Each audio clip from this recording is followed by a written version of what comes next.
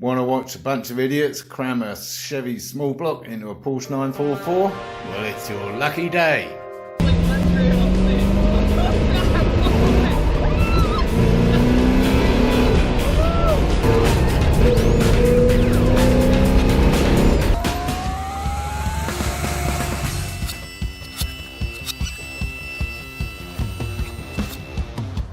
First stop, Engine Builders.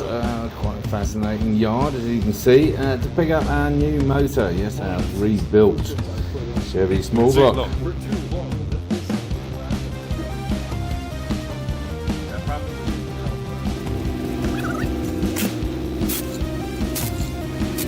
Now we need the rest of it. Next, of course, we needed to pick up a Porsche, which was at Mikey's house, where David pointed out how he'd lost the sunroof on the way down somehow.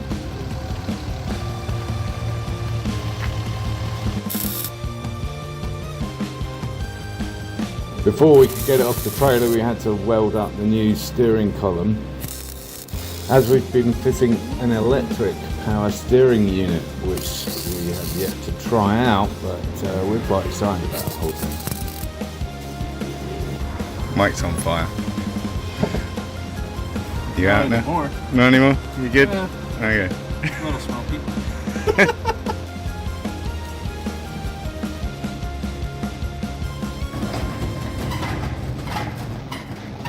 Is that your life support system? Then it was time to unload the motor, and at Mikey's place that's a lot easier because he knows how to drive a forklift.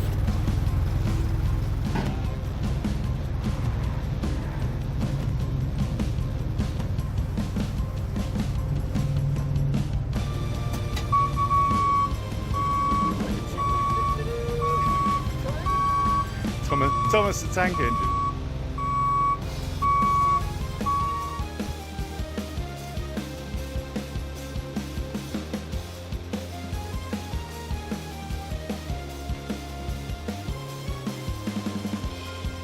We fitted the engine mounts to the block itself before lowering it into place, because that meant that we'd literally just got the 2 bolts to line up into the chassis rails where the motor sits. You're going to do this on fast forward? Yes. Apparently it's all the rage. It's all about the viewing time. The longer you can keep them fascinated. Say something funny.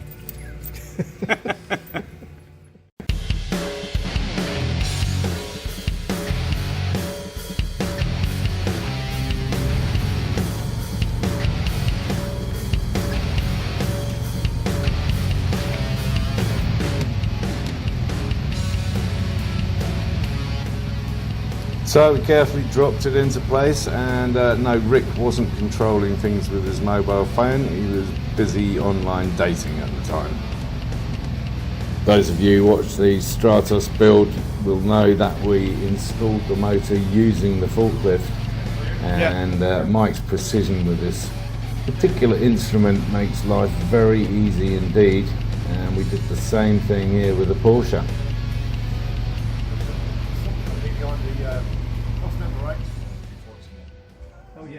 Oh yeah. Is it going to tip over when you reverse it out? Wonderful Porsche engineering. So the only way to get to the engine mount bolt is through a back door. Excuse me, matron. We eventually found the secret handshake to tighten up the nut on the bottom of the engine mount.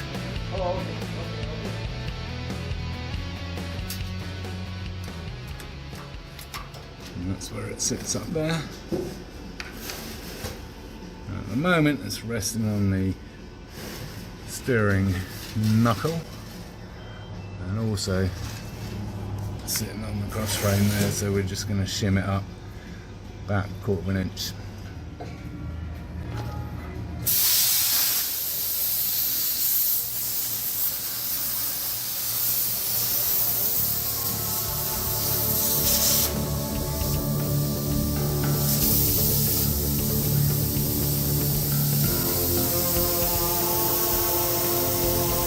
Knocked up a couple of 1/4 inch shims very quickly with the plasma cutter, very handy tool to have.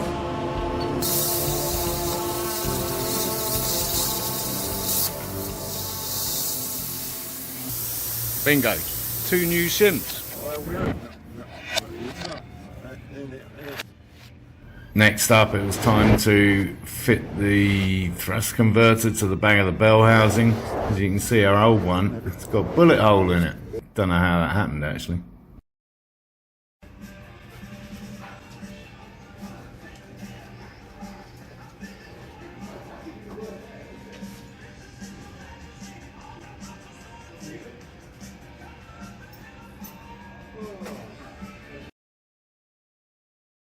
Rick, David and I set about dry fitting the radiator just to make sure we got all the bits and pieces. Of course, the ancillaries that hang off the motor are more than half the job involved. Meantime, these three just stood around gassing. Alright, I'll see you in a little bit. Well, you could have put on for the Thanks. water pump. Okay, bye. Could have. But whether the decision was not to. Okay, we got the Hey, radio? we've got enough smart asses in here. We don't need another one. And we don't need smart asses here. Yeah. We got plenty of Go those back on for among the YouTube. 2 of us. 3 of us. I learned it last night. I watched some YouTube video on how to put this car back together so I can give you a, Well, now we know you're bullshitting. That's probably one of my videos. that's how not to do it. That way I can give you a verbal hand. No, not that way. Oh. Oh, you did it now. What to drop? Oh,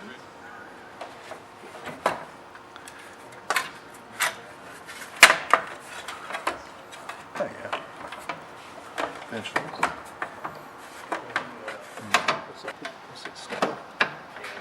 It's my side, isn't it? Yeah.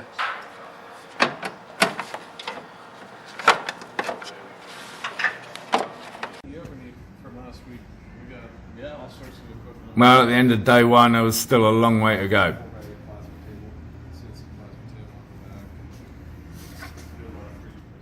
And before we could start next morning, we had to move some junk out of the way.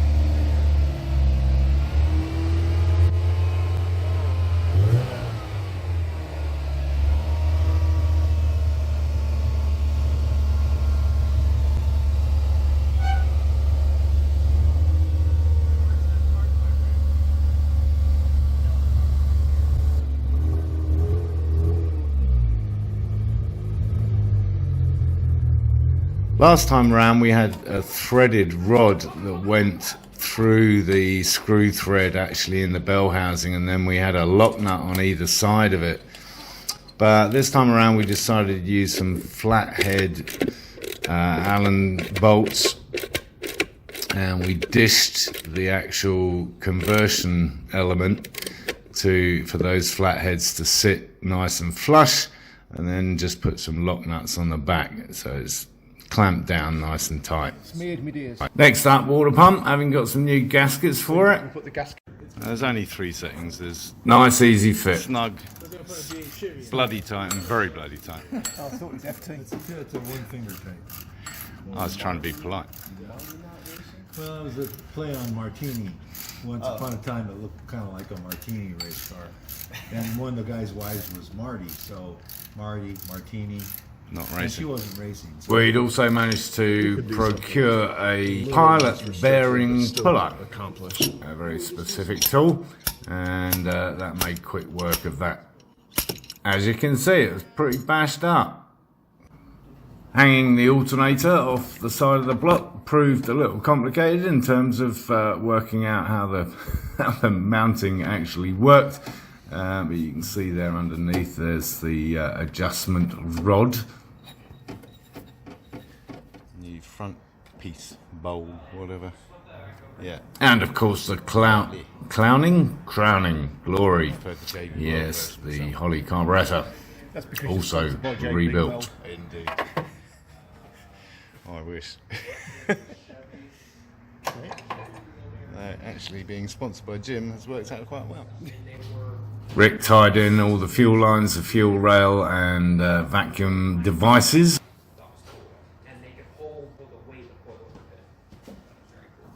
Whilst David and I set up the business end of the deal, yes, the extraordinarily complicated Heath Robinson accelerator cable thing.